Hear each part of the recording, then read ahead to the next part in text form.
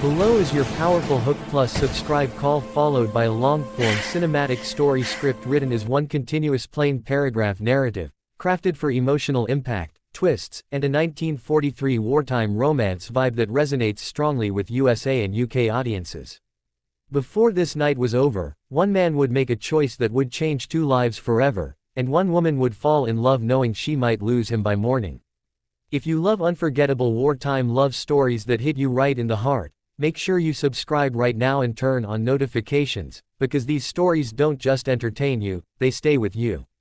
In the cold spring of 1943, when the Atlantic winds carried the scent of smoke and salt across the battered English coastline, Eleanor Wright stood alone on the darkened railway platform clutching a folded Red Cross letter to her chest, her gloved hands trembling not from the chill but from the weight of everything she had already lost, because war had a way of stripping people down to their barest selves, and Eleanor had lost her parents in the London Blitz, her brother over the Channel, and nearly her hope along with them, yet that night, on a platform lit by weak yellow lamps and echoing with distant artillery, she was about to meet the one person who would change her forever, even though she had no idea of it yet, because when the last evening train pulled in carrying American airmen on their way back to their base after a leave that had been too short and too heavy, one soldier stepped off carrying more sorrow than his duffel bag could hold, and his name was Thomas Hale, a quiet farm boy from Kansas who had already flown 20 bombing missions over occupied Europe and had seen too much fire in the sky to believe in miracles anymore.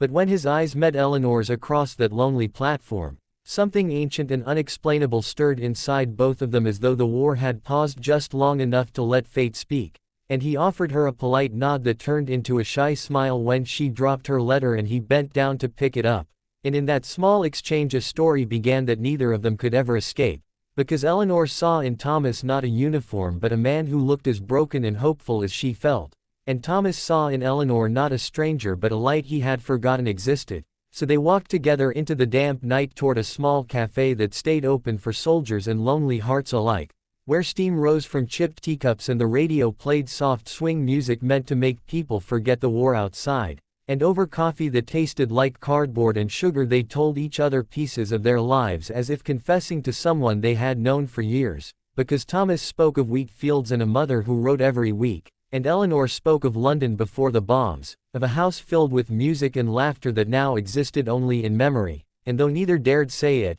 both felt the terrifying, beautiful truth that this single night was becoming more important than all the years behind them, and when the cafe closed they walked beneath blackout curtains and starless skies, passing soldiers kissing goodbye to girls they might never see again, and suddenly the war felt closer than ever, because Thomas was scheduled to fly out again before dawn, and Eleanor knew that whatever was growing between them was already on borrowed time, yet neither could pull away. So they wandered until they reached the cliffs overlooking the dark sea, where waves crashed like distant bombs and the wind tore at Eleanor's hair as Thomas took off his jacket and placed it around her shoulders in a gesture so gentle it nearly broke her heart, and in that moment she realized that sometimes love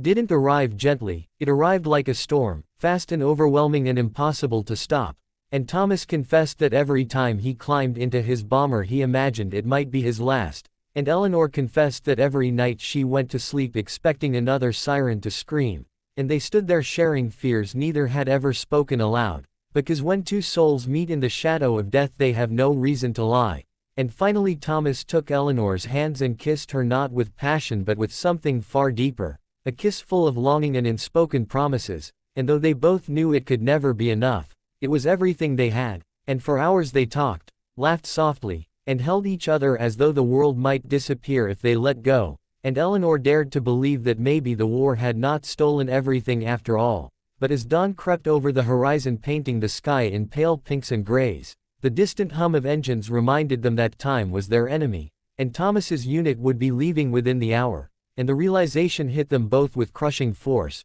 because how do you say goodbye to someone who feels like destiny, and Thomas gave Eleanor his dog tags, pressing them into her palm as though giving her a piece of his soul, and he asked her to promise that no matter what happened she would live, truly live, because love like theirs deserved to mean something even if it was brief, and Eleanor tried to speak but tears stole her voice as she watched him walk away, turning back again and again until he disappeared into the morning fog, and the next hours passed in a blur as she returned to her small rented room, clutching those cold metal tags as though they were her only anchor. And days became weeks as news came and went, names listed in papers, and fear grew heavier in her chest until one afternoon a knock came at her door that nearly stopped her heart, because a telegram in a soldier's hand could only mean one thing, and Eleanor opened it with shaking fingers to read that Thomas's plane had been shot down over France, missing in action, presumed dead, and the world went silent around her as grief crushed the air from her lungs,